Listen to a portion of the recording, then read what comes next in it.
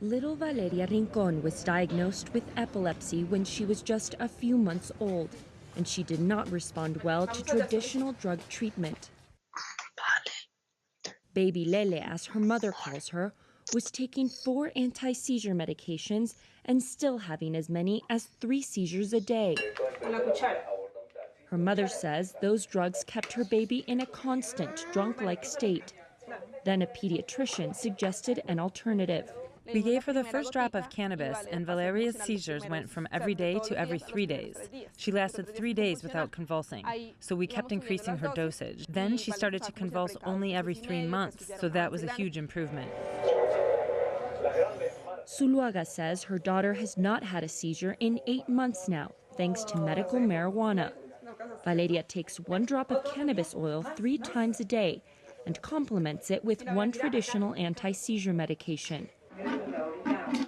Valeria is just one of the patients benefiting from President Juan Manuel Santos's decree last December, legalizing the production and sale of cannabis for medicinal purposes. We have just taken a big step in making Colombia a country at the forefront of medicine, and we are doing it with a decree that hopes to take the benefits of cannabis, marijuana, to better the lives of citizens. 3 months after the decree was signed, Colombia approved the sale of Sativex, a marijuana-based pharmaceutical mouth spray used to treat muscle spasms caused by multiple sclerosis. Critics say big pharmaceutical firms are trying to cash in on societal shifts in medical marijuana and driving costs sky high.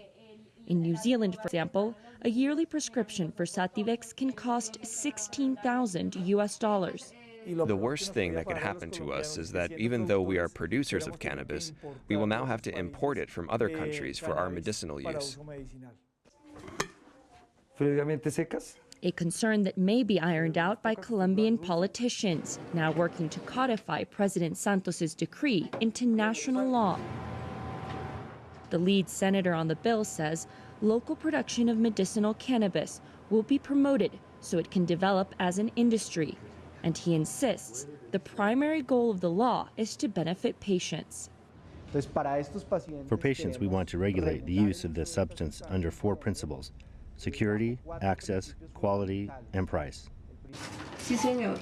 It's unclear how lawmakers might attempt to keep prices down. For now, the cost of Valeria's Colombian-made cannabis oil is affordable.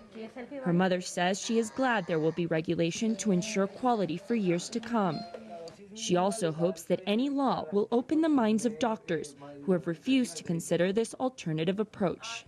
I told Valeria's pediatric neurologist what we were giving her, and it was like I was telling her that I was giving my baby a bottle of whiskey every single night. She was very mad. She stopped giving us preferential appointments. For Zuluaga, there is no controversy surrounding medical marijuana. To her, it is quite simply the miracle plant that has brought back her daughter's smile. Michelle Begue, CCTV, Colombia.